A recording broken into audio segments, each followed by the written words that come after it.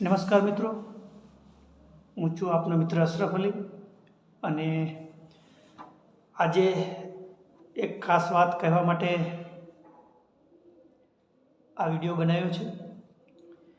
આ વિડીયો મારા ફેસબુકના તમામ મિત્રો એક ખાસ જોવાનો છે અને તમારા ખાસ મિત્રોને શેર પણ કરવાનો છે. આજે હું વાત કરવાનો છું કે જે ઇન્ડિયન ગેસ એજન્સી રાધનપુરમાં આવેલી છે તેમાં થતા ભ્રષ્ટાચાર વિશે હું તમને વાત કરવાનો છું. એટલે આ તમામ મારા મિત્રો જે ગેસ કનેક્શન વાપરે છે એમના માટે આ વિડીયો ખાસ જોવાનો છે અને શેર પણ કરવાનો છે. તો મારું પણ connection Indian gas Nimeshbhai Radhanpur જે એજન્સી આવેલી છે ત્યાંથી મેં પણ એક કનેક્શન લીધેલું છે અને એ કનેક્શન લગભગ હું જ્યારથી મેં લીધું ત્યારથી હું બોટલ વારાહી એ લોકોએ એજન્સી આપેલી હોય છે તો વારાહીથી હું ભરાવું છું અને હું એ ગેસની બોટલ પહેલાં અમારા ગામના જે વ્યક્તિ છે ઇમ્તિયાજભાઈ જે પોતાની રિક્ષા લઈ અને તમામ ગામના જે લોકો જે કનેક્શનો છે અને જે ગેસની બોટલ વાપરે છે એ લોકો એમને ભરવા આપતા હોય છે અને ઘરેથી લઈ જાય અને ઘરે આવીને મૂકી જાય છે. ચોપડીમાં એન્ટ્રી પણ કરાવે છે. પણ આજે મારી સાથે જે બનાવ બન્યો છે એ તમને હું વાત કરવાનો છું કે મેં 10મા મહિનામાં, 11મા મહિનામાં અને 12મા મહિનામાં ત્રણેય મહિનામાં મેં બોટલ ભરાવેલી છે અને એ બોટલ મેં અમારા ગામના મારા મિત્ર ઉસ્માનભાઈ જે મારી બોટલ ઘરેથી લઈ જાય છે અને ઘરે મૂકી જાય છે. ચોપડીમાં એન્ટ્રી પણ એ લોકો કરાવતા હોય છે. અગાઉની જે બોટલ છે ભરાવતો હતો એ કમ્પ્લેટ મારા ખાતામાં સબસિડી આવી જતી હતી, કમ્પ્લેટ એન્ટ્રી પણ થતી હતી. પણ અન્ય કારણોસર 10મા મહિનામાં, 11મા મહિનામાં અને 12મા મહિનામાં જે મને સરકાર દ્વારા જે કહેવાનો મતલબ કે જે 2 બોટલ ફ્રી આપવામાં આવે છે કે 1 બોટલ ફ્રી આપવામાં આવતી હોય એ જે સબસિડી આપવામાં આવે છે એ મને મળી નથી. તો 10મા મહિનામાં, 11મા મહિનામાં, 12મા મહિનામાં ત્રણેય મહિનાના મને પૈસા સબસિડી મારા ખાતામાં જમા થઈ નથી. એટલે કહેવાનો મતલબ કે ક્યાંક ને કંઈક કૌભાંડ થતું હોય એવું ચોક્કસ જણાઈ આવે છે કે 3 મહિના એટલે કે 9, 10 અને 10, 11 ને 12 3 બોટલ મેં ભરાવેલી પણ 1 પણ રૂપિયો જમા થયો નથી. એટલે મેં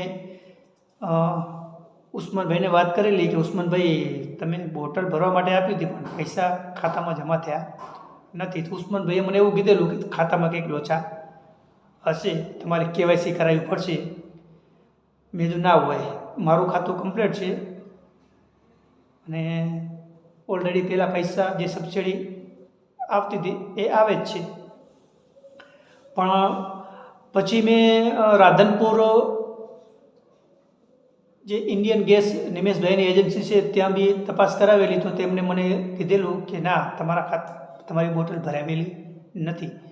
એટલે મેં ફરીથી વારઈ તપાસ કરી તો વારઈ જે રાજુભાઈ કરીને એજન્સી સંભાળે છે એમને મને કાગળ બતાવ્યા. મને કે જો આ કાગળ, એમાં મેં કાગળ ચેક કરતા 10મા મહિનાની અને 12મા મહિનાની 2 એન્ટ્રી મને મળી આવી છે અને 11મા મહિનાની એન્ટ્રી તેમાં પણ મળી આવેલ નથી. એટલે કહેવાનો મતલબ કે ક્યાંક ને ક્યાંક આ લોકો ભ્રષ્ટાચાર કરતા હોય એવું દેખાઈ આવે છે. તો તમામ મિત્રોને મારી અપીલ છે કે તમે પણ જો તમારા જે ગેસ કનેક્શન છે, ચોપડી છે એની અંદર એન્ટ્રી થતી હોય અને તમારા ખાતામાં પૈસા સબસિડી જમા ન થતી હોય તો તાત્કાલિક ધોરણે રાધનપુર ગેસ એજન્સી હોય કે રાધનપુર હોય તપાસ કરી અને કાયદેસરની કાર્યવાહી કરવી જોઈએ. અને જે કહેવાનો મતલબ અમુક લોકો, ઘણા બધા લોકો તો મને એવા બી મળે છે કે 12 મહિનાથી એન્ટ્રી થાય છે પણ સબસિડી મળતી નથી. ખાતું બી કમ્પ્લીટ હોવા છતાં સબસિડી ના આવી, એ કહેવાનો મતલબ એક ચર્ચાનો વિષય છે. તો આ લોકો કંઈક ને કંઈક કારોબાર કરતા હોય તો તમામ મિત્રોએ નોંધ લેવી જોઈએ અને તાત્કાલિક તેની તપાસ કરવી જોઈએ. અને જો કંઈક કૌભાંડ થયું હોય તો કાયદેસરની કાર્યવાહી કરવી જોઈએ, કેમ કે આ લાખો રૂપિયાનું કૌભાંડ કહેવાય. આજે સાંતરપુર તાલુકાના જે છેવાડાના ગામડાઓ છે, વિસ્તાર આવેલો છે, તે તમામ લોકો વારાહી એજન્સીમાં કહેવાનો મતલબ ગેસની બોટલ ભરવા માટે આવતા હોય છે અને વારેથી ભરાવતા હોય છે. અને જો આ લોકો આવી રીતે કૌભાંડ કરતા હોય તો ખૂબ જ મોટું કૌભાંડ કહેવાય. તો આ મારી સાથે બનેલી ઘટના છે અને બરાબર, મેં પણ તપાસ બી કરાવી છે અને જો મારે પણ કાયદેસરની જે કાર્યવાહી થતી હોય કાયદેસરની કાર્યવાહી કરવાની જ છે. તો તમામ મિત્રોએ આની નોંધ લેવી અને પછી આપણે આપણા જ ગામના અને આપણા જ મિત્ર હોય એમના ઉપર શક કરતા હોઈએ છીએ કે આ તો એમને બીજાની ચોપડીમાં બોટલ ભરાવી દીધી હશે, એમને આમ કર્યું છે, એમને નહીં ચોપડી મારી નહીં લઈ ગયા હોય. એટલે આ બધી એક પછી વિશ્વાસની વાત હોય છે. પણ ક્યાંક ને ક્યાંક આ લોકો પણ